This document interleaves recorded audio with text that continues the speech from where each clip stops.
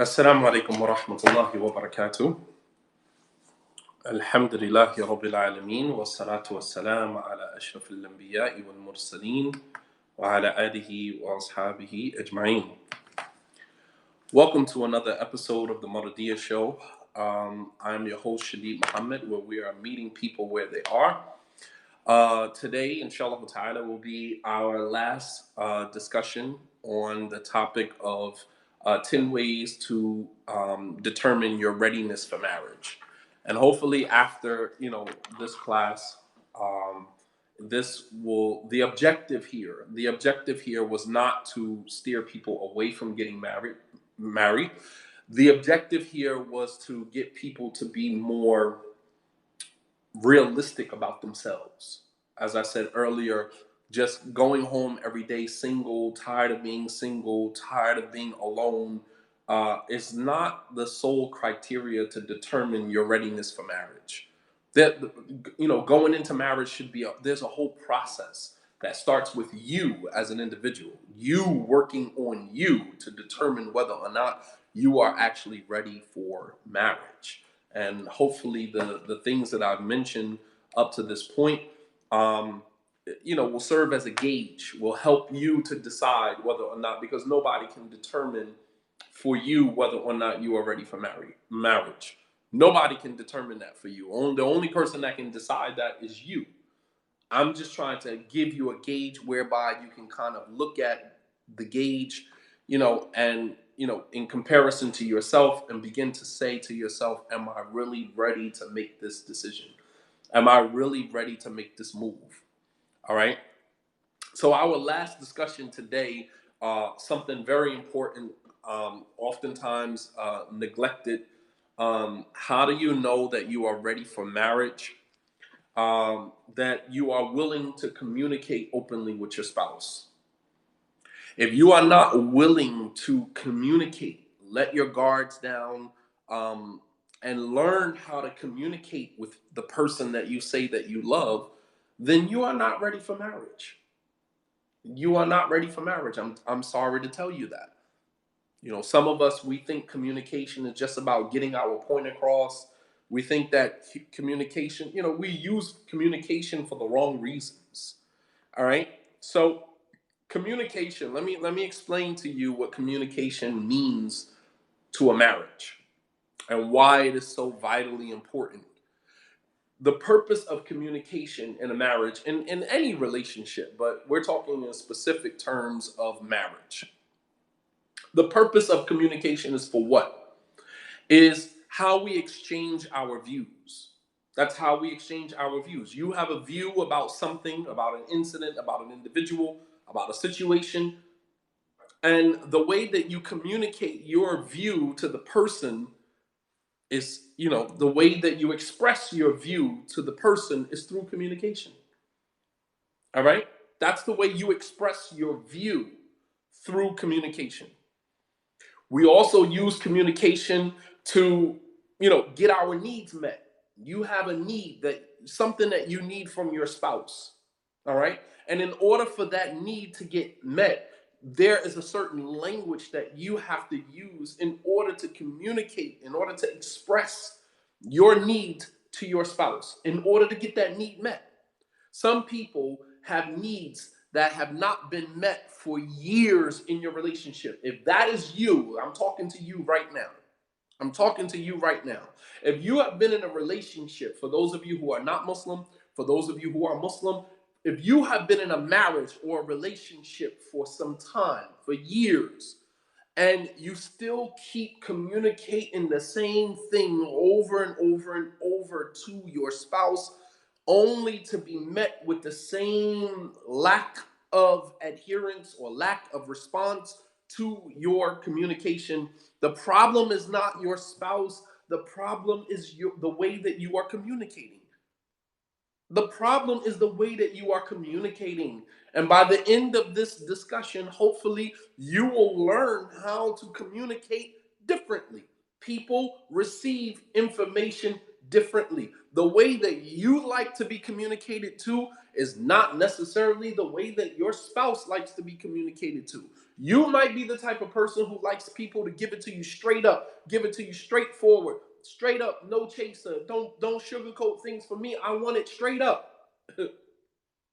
But your spouse might not be like that. Your spouse may not be the type of person who receives information, straight up, no chaser. We are not the standard. You are not the standard of how things should be communicated. You can't say, well, this is the way that I like people to talk to me. Okay, that's you. Everybody doesn't function like that. You understand? Everybody does not, is not okay receiving information the way that you are. So communication is how we exchange our views about things, about people, about situations. It is how we get our needs met. I'm talking about all of the reasons why we communicate in relationships. All right. We have a viewpoint that we're trying to get across. We use communication to get that viewpoint across, to express that viewpoint. We have needs that need to be met in a relationship, whether physically, whether emotionally, whether mentally, spiritually, whatever those needs are. You need those needs met from your spouse. And the only way that you can get those needs met is you have to use the proper language to get that need met. All right? Um, we use communication to express concerns. You know what I mean? To express concerns about things in the relationship, concerns about, your feelings for the person, concerns that you have in the relationship. So, and of course, concerns are very important. So, all of this stems back to the importance of communication in the relationship. You have concerns that need to be heard, and we express those concerns through communication. We also communicate to connect emotionally, more so women. They communicate to connect emotionally. When the Prophet ﷺ saw Angel Jibreel for the first time and ran home to Khadija, he said, cover me, cover me. He was looking for, that was his way of communicating with his wife, I'm troubled by something. You understand? And it just so happens that Khadija, understanding her husband, was able to provide him with what he needed. He wanted a physical cover me, cover me. He's afraid, he's anxious. However, there was also another covering that he was looking for. He was looking for that, that maternal covering, that woman that only a woman can provide. Hence the fact he ran home to Khadija and did not run home to anybody else. He didn't go to Abu Bakr's house. He needed a woman's comfort at that moment. And this is why Allah subhanahu wa ta'ala describes the relationship between husband and wife in the Quran as a garment. That you are a garment, a covering for them, and they are a covering for you. It's very intimate description. This is a very intimate description of the relationship between husband and wife in the Quran. That we are covering for one another. We provide a level of comfort, and that's what the Prophet ﷺ wanted from Khadija at that moment. And she provided him with that comfort. She not only threw a cover over him to cover him, all right, but she also comforted him, right, with her words. She comforted him with her words. She said that, he said that I believe that God is humiliating me. She said, Kalla wallahi, God, Allah subhanahu wa ta'ala, would never humiliate somebody like you. You feed the poor. You take care of your neighbors. You take on responsibilities that are not yours. You do this, you do that. You have the good character. She began to breathe life back into him. That's what he needed at that moment. Although he did not communicate that, she understood her husband. She knew her husband and what he needed in that very moment, and she was able to provide. So sometimes communication is for the purpose of emotional connection. Women usually communicate to connect emotionally, and men usually communicate to solve problems. Because that's another reason that communication, if a bill is due and a wife doesn't say anything, the husband is like, well, why didn't you tell me? Because that's how we solve problems. Let me know. Tell me so I can solve this problem. Or the tire is flat.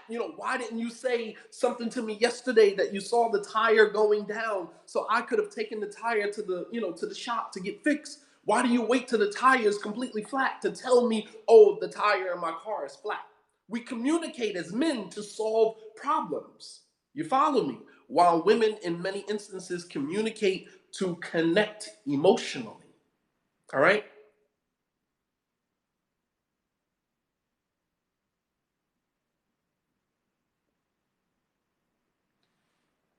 So, this is some of the purposes of communication.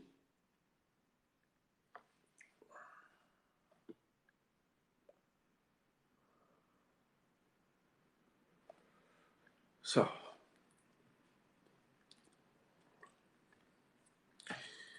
understand that words have power.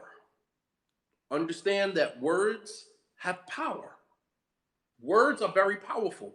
Allah subhanahu wa ta'ala created the first human being with one word, kun fayakun, be, and he was. Allah, God, created Adam with one word, be, and it was. That's how powerful words are. That's just one word. Allah subhanahu wa ta'ala created the heavens and the earth, and with one word, kun fayakun, be, and it was. Allah subhanahu wa ta'ala built our entire religion. The entire religion of Islam is built upon one word. La ilaha illallah. And this word obviously here meaning a concept. One word. Allah called it, qawlan thaqila, a heavy word. Kalimatin baqiyatan, the everlasting word. This is one word. Our entire religion rests on one word. La ilaha illallah. There's no deity, no God worthy of worship except God, except Allah subhanahu wa ta'ala. So words have power. And the moment we understand that in a relationship, we understand how powerful words are, it would behoove us to learn how to use those words. It's like dua. Dua is powerful. It is the weapon of the believer. The Prophet ﷺ said, "Dua silahul mu'min." That dua is the weapon of the believer. Dua is the weapon of the believer. But as some of the scholars say, I'm amazed at the believer who doesn't know how to use his weapon. If dua is the weapon of the believer, do you even know how to use your weapon? Do you know how to use your dua to make it effective so God can hear you, so God will, pay attention to you? You want to get God's attention. There's a certain way, there's a certain method, a certain approach that you can take from an Islamic perspective on getting God's attention if you really want his attention. Okay? So, words are powerful. The Prophet ﷺ won one of his wives over through the power of words, right? Sophia was a Jewish woman, and she came from the tribe of Bani Qurayza. And her father, Huyi, was the chief of that tribe. And the Prophet ﷺ tried for many years to make islah, to, reconcile whatever differences they had so that they could live in harmony and live in peace together, Jewish community as well as the Muslim community in Medina, which they did for some years. But then, Bani Qurayza decided, to go to war with the Muslims. And the Prophet ﷺ tried his best to, patch things up with him, but to no avail. So in the 7th year, the Battle of Khaybar, the Prophet ﷺ went to war with Bani Qurayza and many other people and conquered them. As a matter of fact, Huyi, the father of Safiya, was actually killed. Her father was killed, her brother was killed, and her husband was killed. 3 closest men to her. And so when the battle was over and the Muslims were taking, the tribe, what was left of them, captives, Safiya was sitting there crying. And the Prophet ﷺ went to her. And she said that there was no one on the face of the earth that was more hated in her eyes than Prophet Muhammad ﷺ. She hated him more than any other man that existed. She said, there's no man on the face of the earth that I hate more today than Muhammad.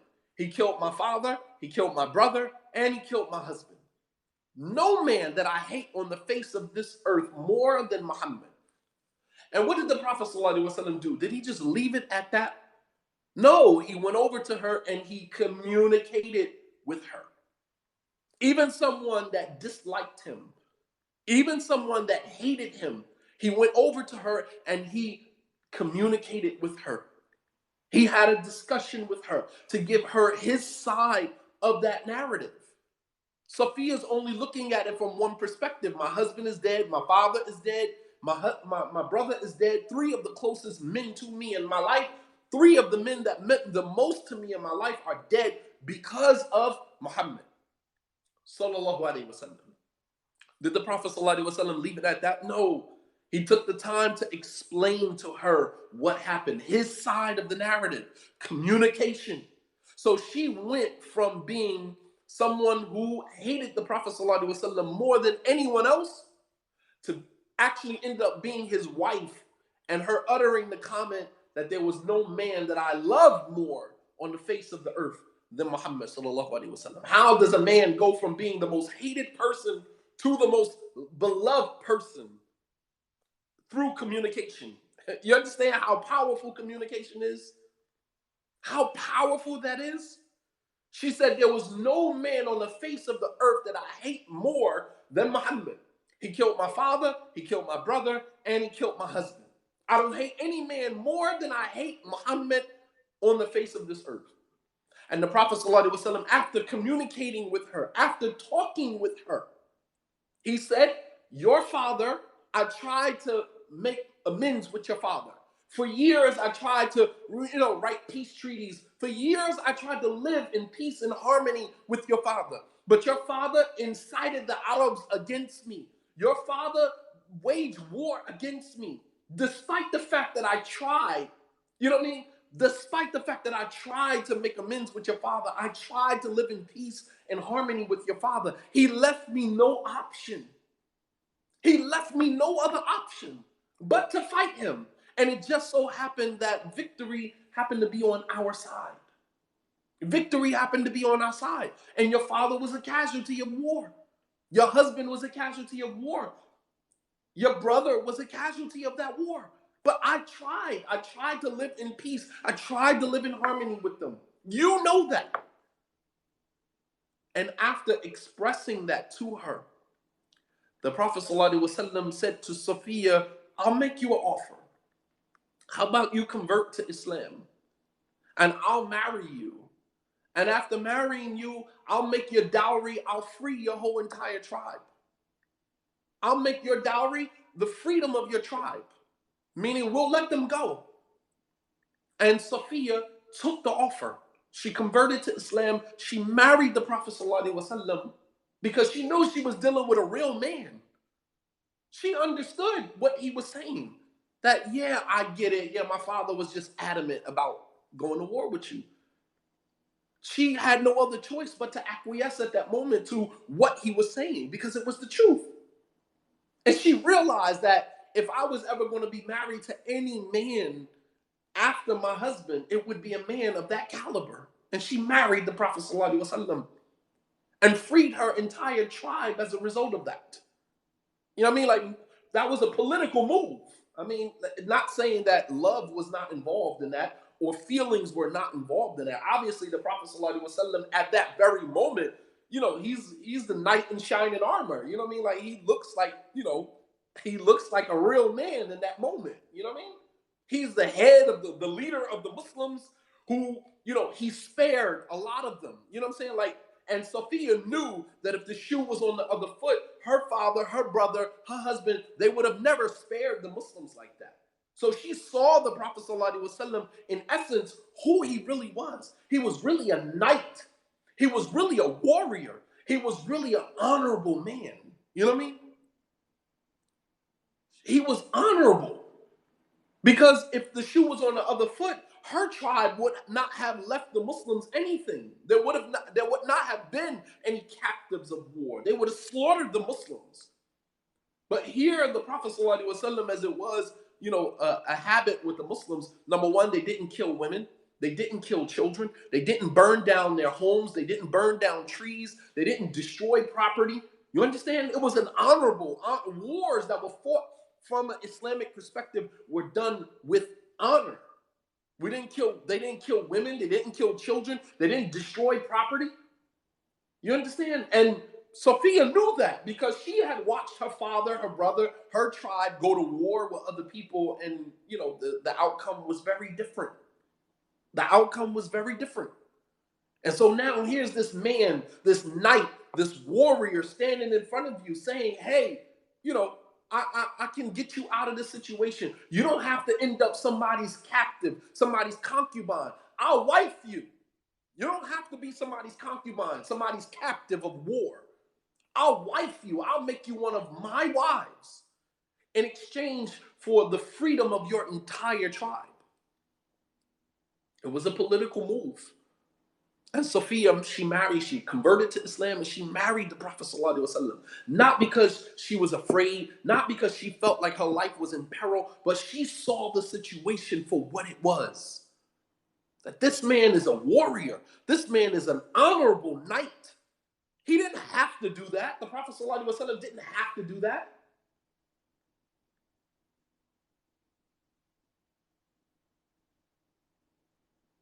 He didn't have to do that. You know what I mean? So it's very important for us to understand the whole situation, And he married her. He married her and freed her whole entire tribe. The point that I'm making is that Sophia went later on to say, after marrying the Prophet ﷺ, there was no one who was more beloved in her eyes than the Prophet ﷺ, even more than her husband, even more than her father, even more than her brother.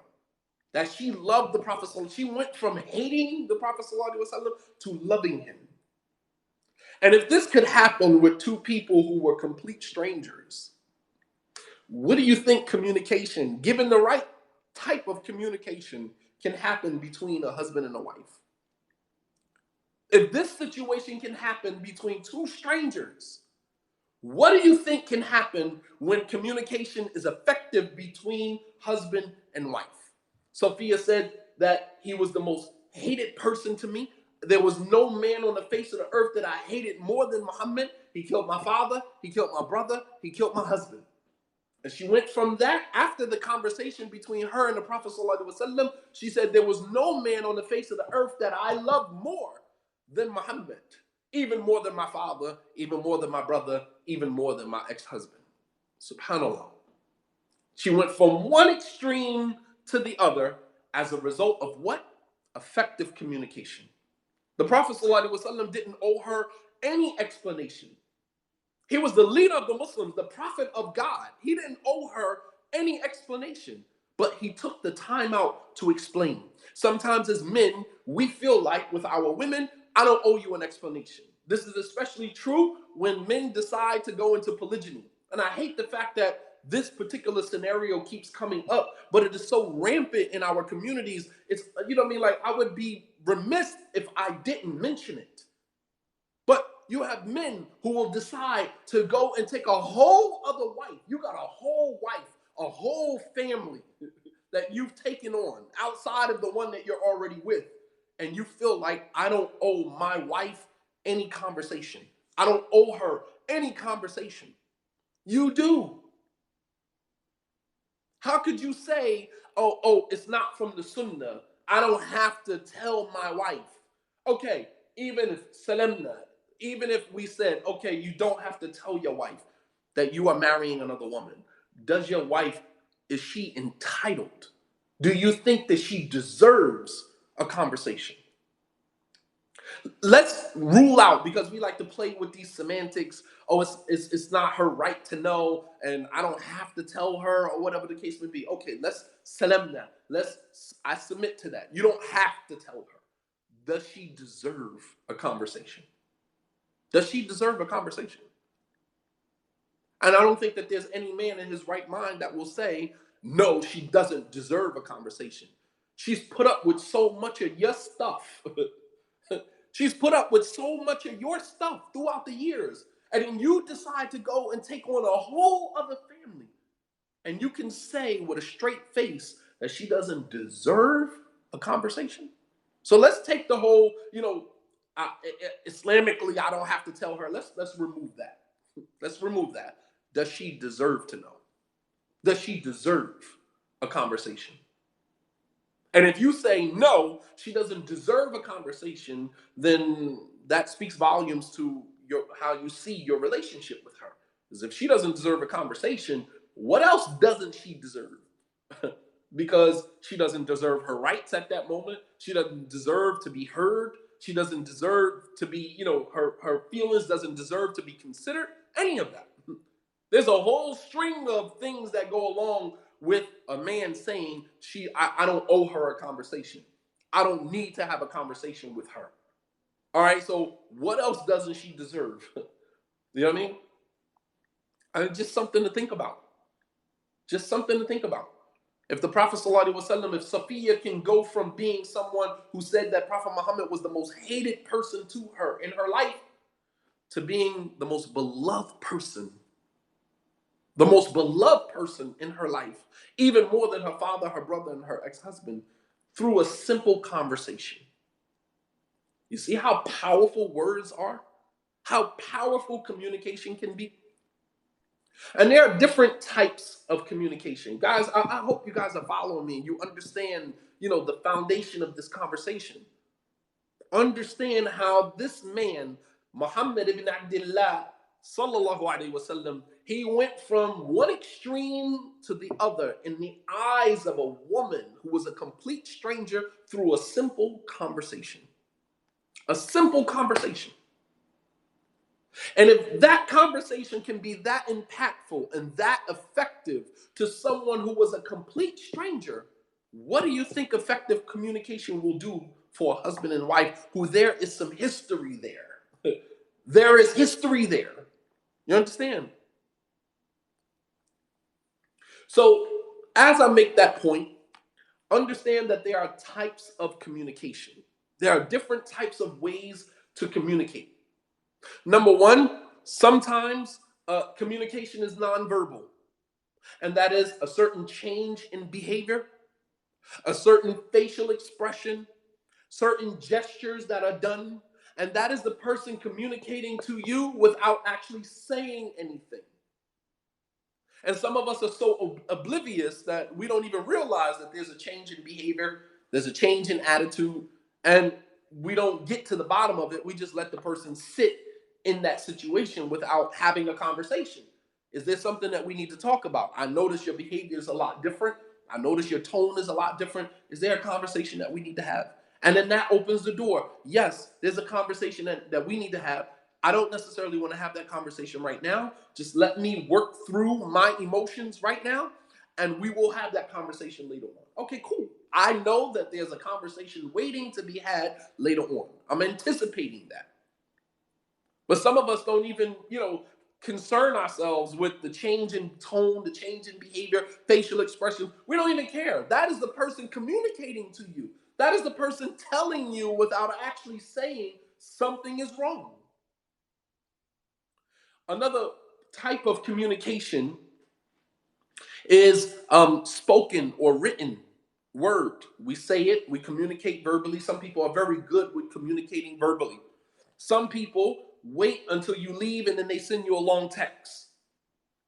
And we might say, well, I was just standing in your face. Why didn't you say that to me when I was standing there? Because the person may not be good communicating verbally. When they are, a lot of times, especially women, when they are in their emotions, a lot of times, when they're in their feelings, deeply within their feelings, it's very difficult for them to get the words that, the right words that they want to say. You understand? They can't get the exact words out, so they might feel comfortable texting it to you. Don't hold that against them. You know, don't hold that against them. The person, this is the way they communicate. This is the way that they are more comfortable communicating with you through text message or through email. They had a chance to sit down, process, and they typed up what they wanted to say to you. All right? They communicated. Another way of communication is through touch. Person touching you a certain way is communicating with you. And this is especially with children.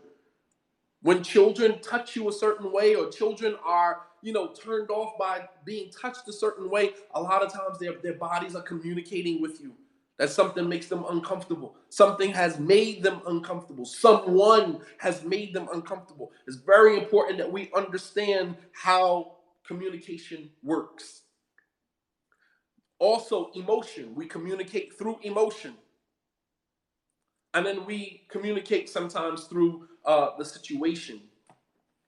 So these are just different ways. Words are only a fraction of what is being communicated. You understand?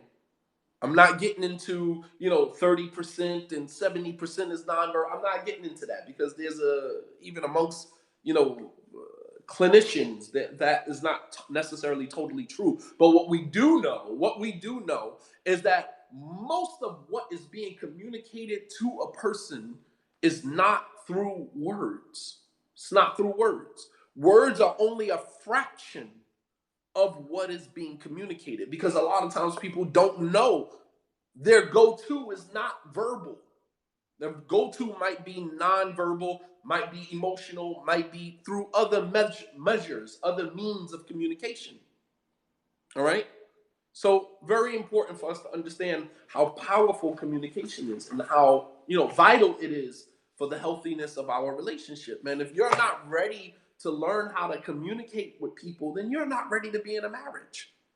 What happens when, once you come in as a dictator and you're telling the person, I mean, like we have to know, that words are not, communication is not to belittle people or to humiliate people. You know what I mean? It's to get off your frustration. That's what some people use communication for. And it's a piss poor way of using communication.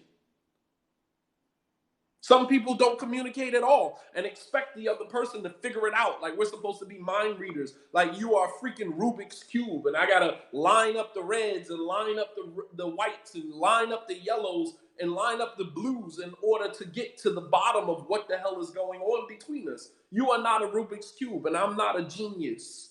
You understand? You are not a Rubik's Cube, and I'm not a genius.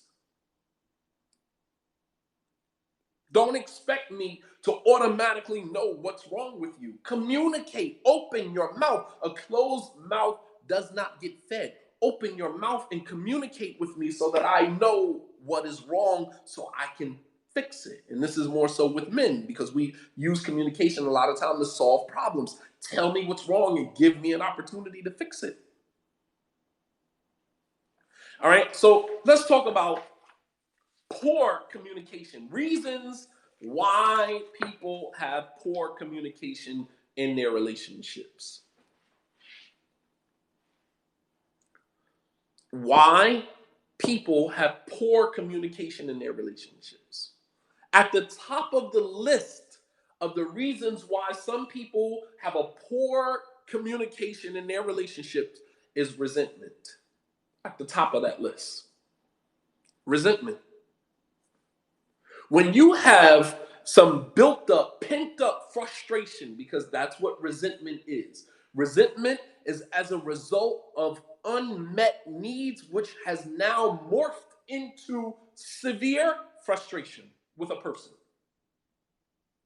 Because the person has not met your needs. You have needs that you have either poorly communicated to the person and the person did not, meet those needs, or you did an excellent job of communicating your needs to the person and the person is just dismissive. Whether the latter or the former, that those unmet needs leads to or morphs into severe frustration, which leads to resentment. Every time you look at your spouse, every time you look at the person that you are in a relationship with, there's a twinge of anger and dislike that you have for that person, resentment that you have for that person because you see that the person is neglecting your needs. So that manifests in the way that you communicate with the person. That's a fact. That's a fact. I can guarantee right now, some of you that are listening right now who have a very poor method of communicating with your spouse, or you and your spouse are very ineffective with communicating with one another. At the root of that is resentment. There's some pent up frustration that you have for something that your spouse did that you did not reconcile, they didn't apologize for, they didn't reconcile with you, or a need that was met that was not given to you, that was not met, and there is frustration there. Pent up frustration with this person, and therefore it manifests in the way that you communicate with them. We do it to our children. When we're frustrated with our children, look at how we communicate with them versus when we're okay with our children and how we communicate with them. And also look at the response. Look at how they respond. You guys follow me? So you got to get rid of the resentment in order for you to be able to communicate effectively with the person so the person can meet your needs. It's not that the person is not hearing you. It's just that your tone and the undertones of what you're saying is saturated with resentment. And the other person can feel that. What comes from the heart goes into the heart. What comes from the heart goes into the heart. And what comes from the intellect goes into the intellect. You understand that that's the way that we are wired as human beings.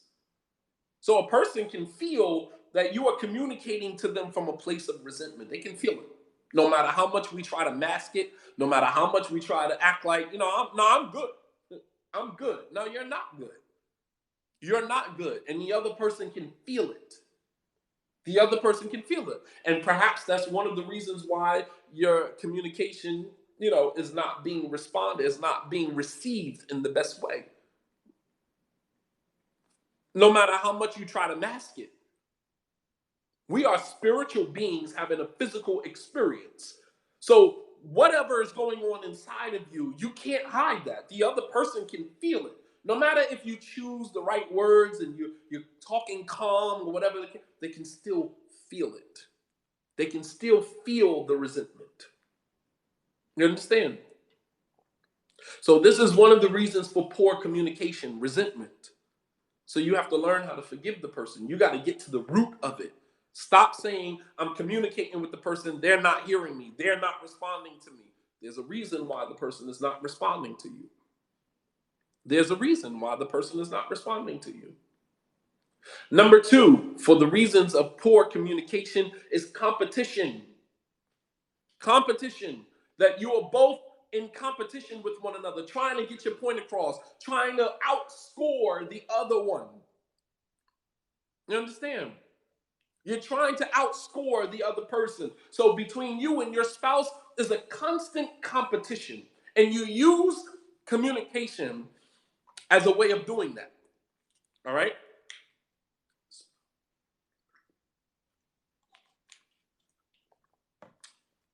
So competition between spouses. And you know why competition is so dangerous? Because competition is detrimental to the unity of the marriage, of the relationship. You guys are supposed to be a team. But when you are in competition with one another, it breeds an individualistic dynamic. You now have become individuals within the relationship. It may breed animosity, but you are in competition with one another. It breeds an individualistic mentality that I am an individual trying to get my point across. She is an individual trying to get her point across. And so therefore, we don't have that team dynamic anymore. You understand? There's no team dynamic because we're in competition with one another. The only person that you should be in competition with is yourself. I'm not in competition with anybody, not my spouse, not my children, not my coworkers, anybody. And if the person believes that they are more articulate than you, if the person believes that they are smarter than you, because you have some spouses who, can articulate themselves very well and they think that they're, okay, cool. You're the smart one. You're the intelligent one. I'm the stupid one. I get it. You have a degree. You have a master's degree. I don't have a master's degree. I get it. Got it. Check. You got it. I'm not fighting you on that. But what I do want you to understand, I'm not in competition with you. It's not your word against my word. It's not my word overpowers your word. And sometimes as men, we pull we men and women, we do it to each other. Men, Muslim men, we use the I'm the husband, I'm the provider, protector, maintainer of the family. You know, I'm the patriarch. Allah gave me this position. Obey your husband, right? And then the woman doubles back, well, I have a degree, I got my master's degree, I have a PhD, I'm smarter than you. And although you don't say it in those words, that's how it comes off. You don't necessarily say it in those words, but that's how it's being received. I get it. You know more Islam than I do. You're smarter. You know more about God than I do. Okay, whoopty. Does that mean now, because quiet is kept, Musa boasted that he knew more about God and God's religion than anybody else. And then Allah sent him Khidr to show him that he doesn't. You understand? Khidr wasn't a prophet. Musa was the prophet, but yet Khidr had knowledge about things that he doesn't. So take that as a, you know, what I mean, take that as, you know, a lesson here, and that is that could yujad fil nahr ma la yujad fil bahr, as the scholars say, you could find in a river what you can't find in the ocean. Just because you have the degree doesn't mean you know everything. Just because you sit in lectures and you are able to quote ayats and hadith verbatim, you're able to quote scholars, that doesn't mean you know everything. Why don't we take a lesson from the story of Musa and Khidr? Khidr came, he was not a prophet, and he showed Musa, who was a prophet, things that he had no knowledge of. You understand? So it doesn't mean that because you have more knowledge that I'm supposed to just somehow acquiesce to everything that you say. I don't even have a voice. So it's this constant competition which creates this individualistic mentality within the family unit. When you guys are supposed to be a team, we're communicating with each other to solve the problem or to connect emotionally. That's what we are communicating for. That's what we are communicating. We're not communicating to prove who is right and who is wrong. That's such an elementary, such a immature, well, I'm right, just admit it. Okay, you're right. What do you want me to say? You're right. Okay, you're right all the time. Let me just give you that right now. All the time, you're right. Are we done? Are we done with the competition? All the time, you're right. I'll give you that. Are we done with the competition? Because I'm tired of competing with you. I'm tired. I'll just give it to you. I'll give you your reward. I'll give you an award now. You got it. First place winner. You got it. You're always right. Got it. Now can we move on? Because I don't want to compete with you anymore. I'm not in competition with you. You are more intelligent. You're more smart. You're more articulate than I am. Got it. You win. Let me give you your award right now. All right. Now that we got that out the way, can we now move on? You understand? Right. You're the winner. First prize. You're first place winner. Got you. Can we now move forward? You know what I mean? Because we're in this constant competition. You know what I mean? It's not about competition, because being in the competition now separates you from the team. You now become an individual.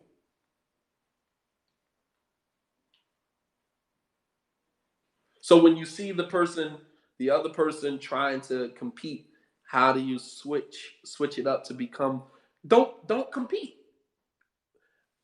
Get them to let their guard down by just telling them you won.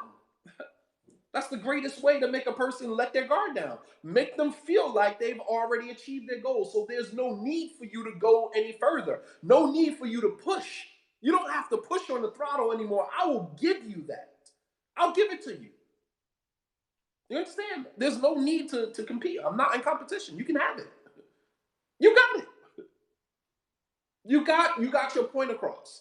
Okay, but now what happens is when the person feels like they've been hurt, as I said before, validate the emotion, not the action. All right, there's a whole system to this. All right, if a person is just constantly talking, not allowing you to get your point across, then you say, "Listen, you have been heard. I got you. I heard you. I'm not trying to compete with you in that. I heard you. You got your point across. But now does that end the conversation because you came, you said what you needed to say, and that's it? And that's not a conversation. That's a monologue, not a dialogue. That's a monologue. That's one person talking. One person talking, that's a monologue. A dialogue is when we're both exchanging. I hear you out, you hear me out, and we both find a happy middle. A happy middle. All right. But competition. All right. Number three, from the ways that makes communication poor is being critical. Being critical when you communicate.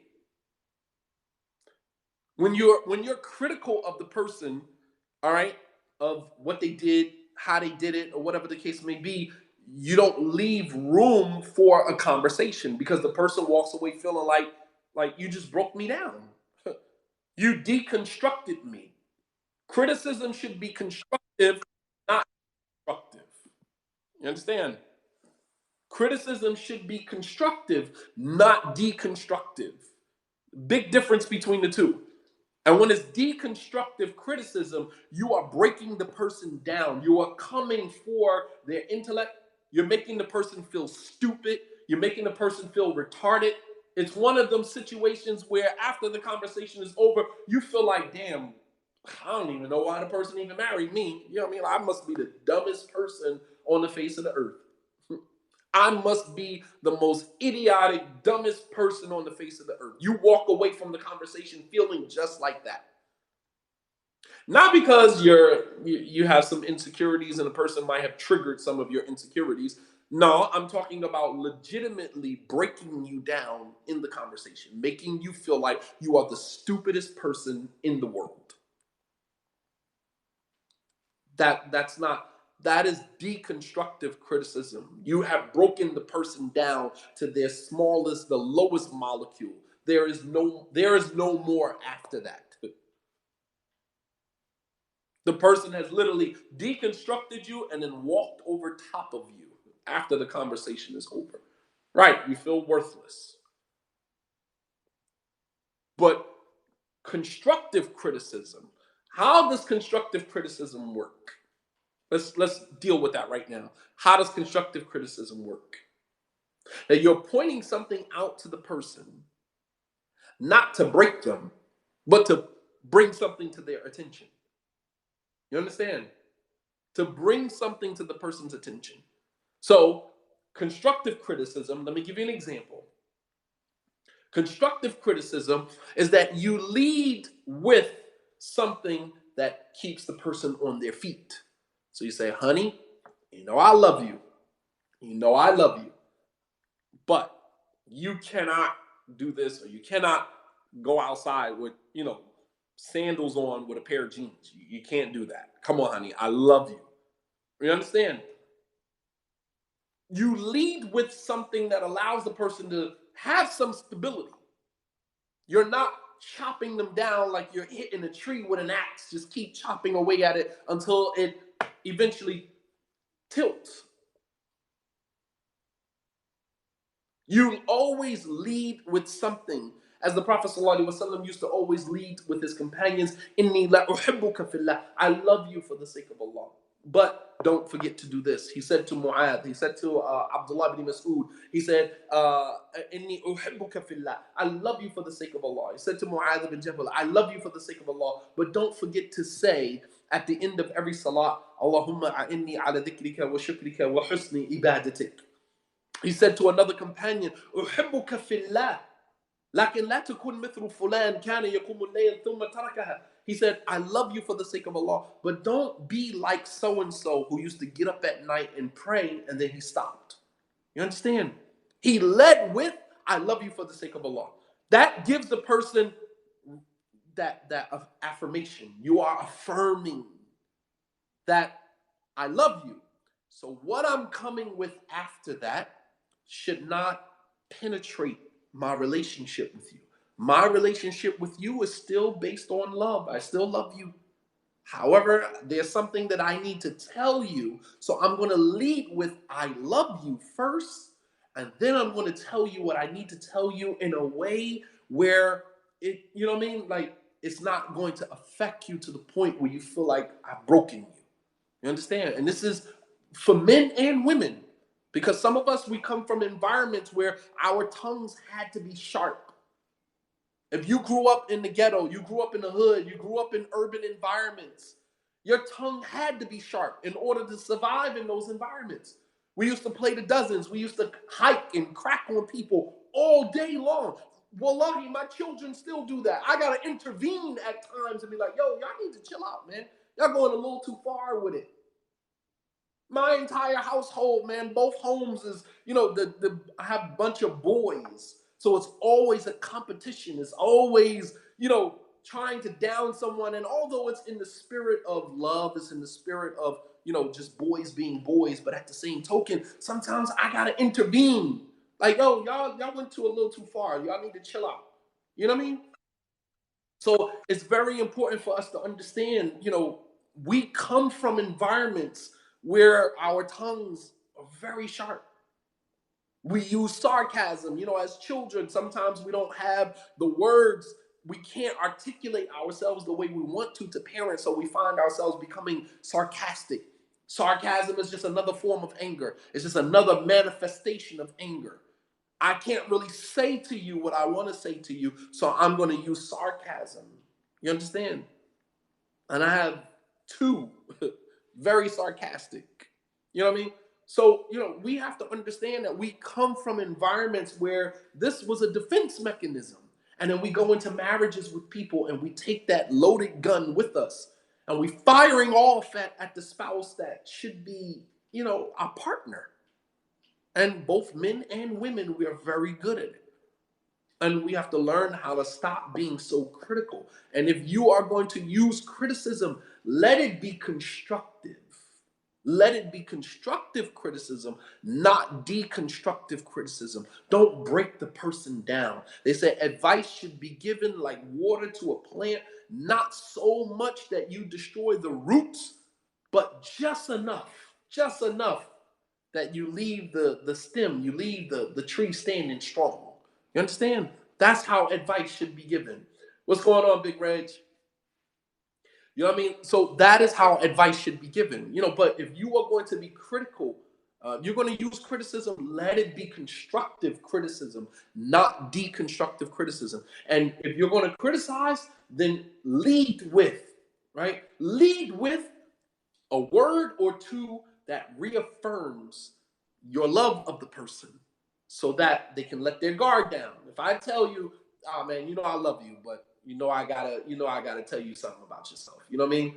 This is men. Even when we're talking to men, sometimes as a man, you need to give your brother some advice. And you might lead with, yo, dog, I love you. But I gotta talk to you about some things, man. You know what I'm saying? Like, I've had people come up to me, older brothers, like I'll be somewhere and older brother comes, Shadi, I love you, man, but I gotta talk to you about a comment you made in one of your lectures and blah blah blah. And it's just like, cool. My guard is completely down because I know it's coming from a place of love. You understand? My guard is completely down now, and I'm receptive to whatever the person is going to say because they have already reaffirmed for me that is, I love you. You know what I'm saying? Like, yo, I love you, but yo, something you mentioned on one of your lectures, man, like, yo, you said XYZ, man, I don't agree with that. I'm just like, all right, cool. But I don't feel any type of way because the person led with, I love you. You guys following me? You see how that works? Use it. Use it. I'm telling you, it's effective. Use it. We may not remember to use it all the time, but the reminder benefits the believer. Use it.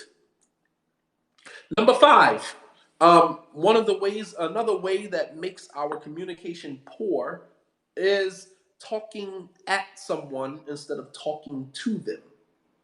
When you talk at someone, me personally, when you start talking at me, my wall goes completely up. I don't even want to hear what you got to say. I don't even hear you, which is why I just blocked the brother here. I don't even want to hear you. Because if that comment that you posted, if the comment that he posted was that important, number one, you could have DM'd me. You could have DM'd me. You could have sent me an email. Or you could have waited until after the talk was over when I have an opportunity to actually engage. But you threw that out there like that. And then we always say, I don't mean any disrespect. And usually when a person says, I don't mean any disrespect, usually it's the most disrespectful ish that is going to come out of their mouths. Facts.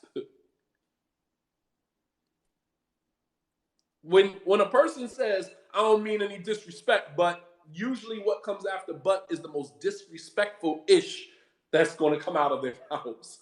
You know what I mean? Like, stop leading with the disclaimer, I don't mean to be disrespectful.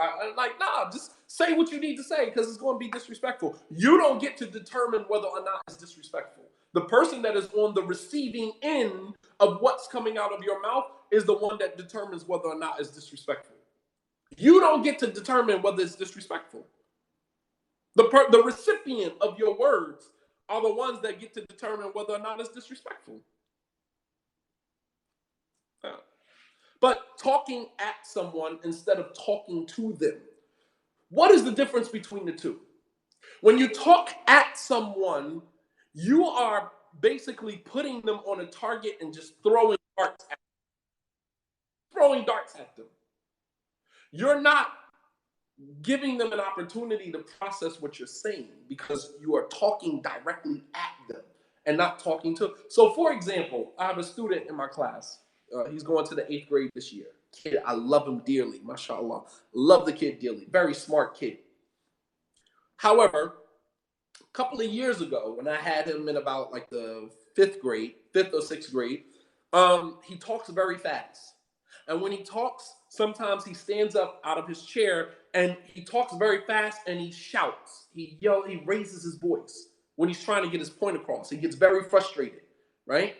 And he stands up in his chair and he said, Brother Shadid, because blah, blah, blah, blah. And I said, whoa, wait. You're talking at me.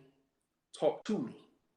Meaning change the tone of your voice, lower your voice, sit down, and talk to me like I am a human being. Talk to me like you want me to hear you. Talk to me like you want me to hear what you're saying. Don't talk to me like you are just trying to get your point across, and that's it. That's the difference between talking to someone and talking at someone. Talking to them is that I am expressing myself to you in a way where I want you to hear me. Talking at me is that I'm going to just throw it out there. I just want you to hear. I just want to get what off of my chest, what I need to get off my chest. I don't care if you are receptive to it or not. That's not going to work. That's not going to work. And always I tell them, I say, you're talking at me, you're not talking to me. Sit down, change the tone of your voice, talk slowly so I can hear you out, and then give me an opportunity to respond to you. You understand? And alhamdulillah, he's going to the 8th grade now. From the 5th grade to the 8th grade, he got it. Even last year, I remember one incident, he stood up and he's like, and before I could get it out, he said, I'm sorry, Brother Shadid, I'm talking at you, not talking to you. I said, you're right. You got it. You got it. Now you know the difference between the two. And when you talk at somebody, you can't be upset when you don't get the response that you were looking for. You can't get upset because you were talking at the person. You were not talking to the person. You understand? So it's very important to understand the difference between the two. Instagram, we've been on for almost an hour now. So it's going to cut off. So what I'm going to do is I'm going to end it now and then I'll restart it, inshallah ta'ala.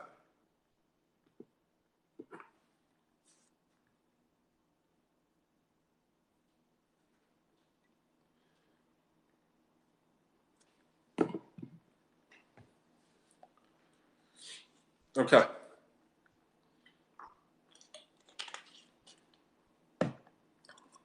So talking at someone, not talking to them, is a horrible way to communicate.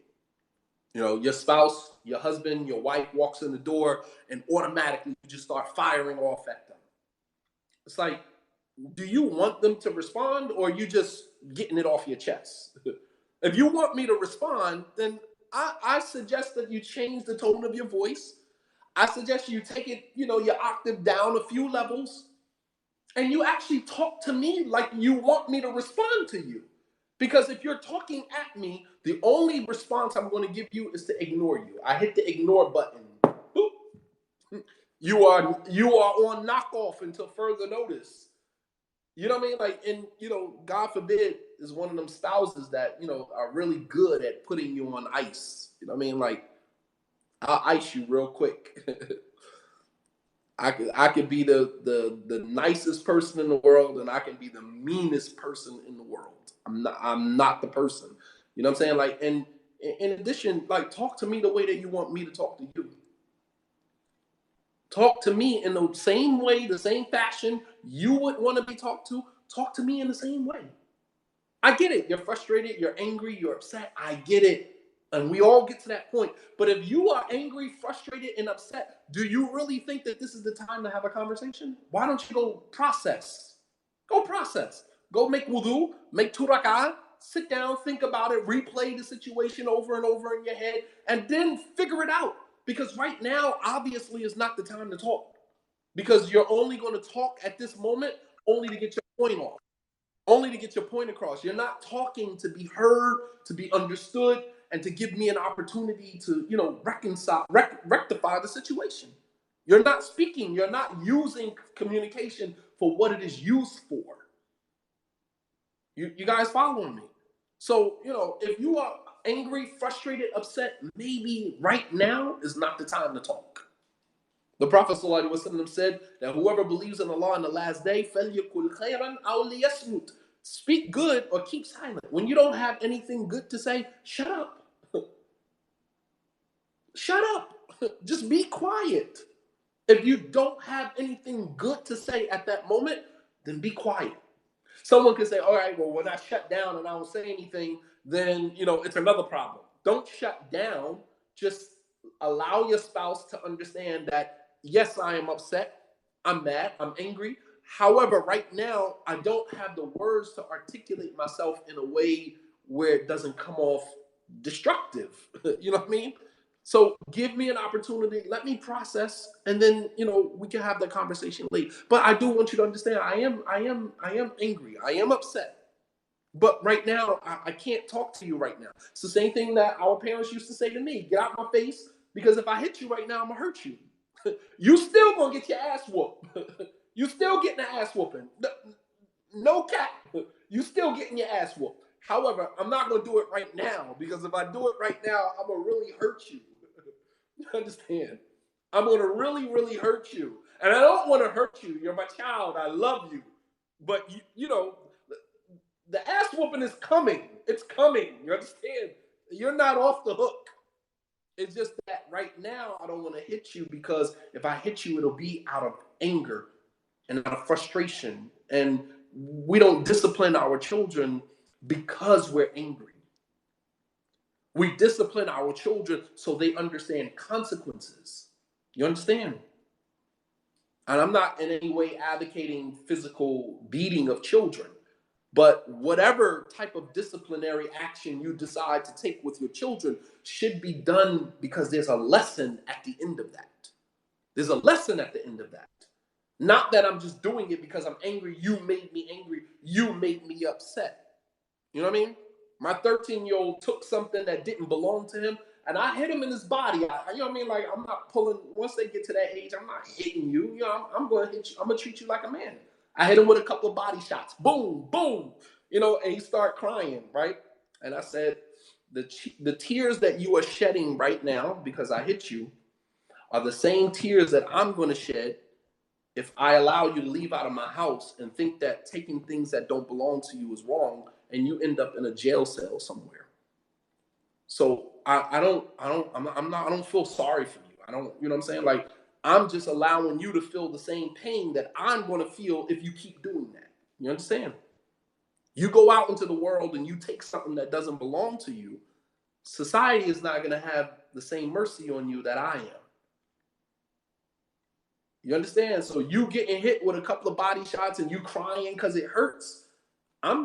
Those are the same tears that I'm gonna shed as your father when you sitting behind a jail cell and I gotta come visit you in jail because I didn't correct that behavior. I didn't show you the consequences of that behavior when I had an opportunity to do so. You understand? It has consequences in the real world. And it has consequences in my home as well. You understand? Nah, we don't take stuff that don't belong to us. Either we got the money to pay for it, or we make dua until Allah subhanahu wa ta'ala decide otherwise. Other than that, it is what it is. It's a loss. Maybe it wasn't for you. You know what I mean? But boys need to have those type of lessons, especially African American boys, black boys, because society is not going to have any mercy. Right? Khalif Browder, if you are aware of Khalif Browder from New York, he hung himself eventually, but he went to jail for almost 3 years for stealing a book bag. I mean, something as simple as that. He didn't even take the book bag. They had no evidence of him stealing a book bag. This guy sat on Rikers Island for 3 years for stealing a book bag. You understand? For allegedly stealing a book bag. And you know what I mean? Like you know what I mean? Like we all saw the situation on Instagram where we saw the situation on Instagram where the cops ran up on the lady and the guy in the van and on them for stealing something out of Walmart or stealing something out. You understand? Like they're not gonna have no mercy. Stealing when I was a kid, you get caught, they call your mom to come pick you up, and that was it. Stealing today could be the difference between your life and your death. You understand? We have to teach our children that there are real consequences to taking things that don't belong to you, period. Especially if your skin looks like mine, or darker. All right, so it's a real lesson. You know what I mean? It's a real lesson. So talking to someone, not talking at someone. Number 5, one of the things that makes communication very poor between husband and wife is making the other person responsible for your emotions. You are mad at something, so you're gonna come and take it out on me. Your anger is, the police murdered my friend for shoplifting. I'm sorry to hear that, man. Yeah, it's real. And believe it or not, these are not accidents. They are trained. These police officers are trained at this point to use excessive force even for the most minuscule of infractions. Something as small as running from a cop. I can't tell you how many police officers I've ran from, in my childhood, in my teenage years. I mean, like that was normal. Cop would chase you down. We had cops that would chase you down on foot. Anybody from the East Orange, Montclair Orange or North area, Essex County area, you already know. You already know. Running from the police was a pastime. That was something that we did on a daily basis. It was cops that we saw. The moment you saw them ride up the block one time, you out because you already know what it's about to be. And today, taking off running from a cop will get you shot in your back. You understand? And they're justified because they are trained. To hold the police officers accountable for using or exercising excessive force would be to invalidate their entire training. You understand? That is why the police officers are never going to be held accountable. They will never be held accountable because that is part of their training. And to take a cop to court and charge him with the murder and then convict him on the murder would be to convict the entire training process by which the cops were, taught to do that. You understand? This is not a joke. They know exactly what they're doing. That's what they're trained to do. 100% compliance. And even if you comply, sometimes they are, sometimes, even if you give 100% compliance, sometimes they're still going to use excessive force. You don't know what type of conversations they having in the locker room before they go out on the road. And I'm going to kill me a nigga today. I mean, we say that as black people. Black people walk out the house and say, put a gun on their waist, I'm going to end up killing me a nigga today. We say that because black blood has no value to it. Black blood has no value to it whatsoever, even amongst our own people. You have African Americans who leave out of their house with a gun on their waist saying, I'm going to end up killing me a nigga today. And the police officers are having the same conversation, in their locker room as they're gearing up to get in their car and go out for work for the day. I'm gonna end up killing me a nigga today. So black people say it, and so do police officers, because black blood has no value to it. You understand? Yet we're talking about Black Lives Matter. I wish. Maybe in a different world. Maybe in a different world. Anyway, making other people responsible for our emotions, misdirected anger.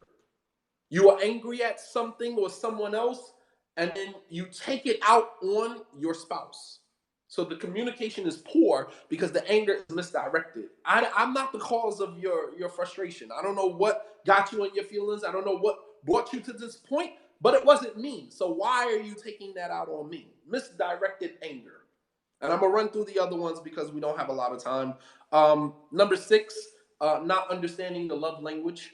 Number 7, poor listening skills. That's one of the main reasons why there's poor communication, because we don't listen. A good communicator is a good listener.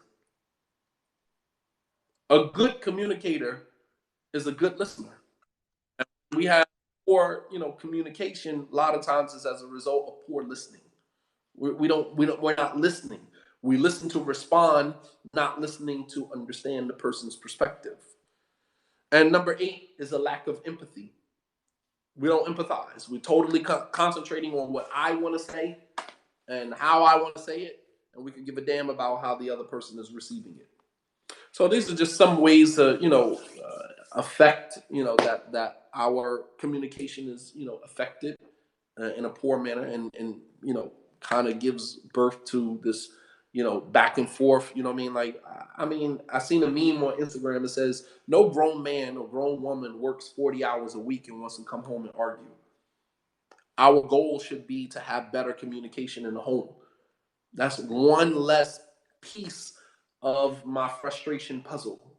You know what I mean? Like, I'm trying to rid stress and anxiety and all these other things from our lives.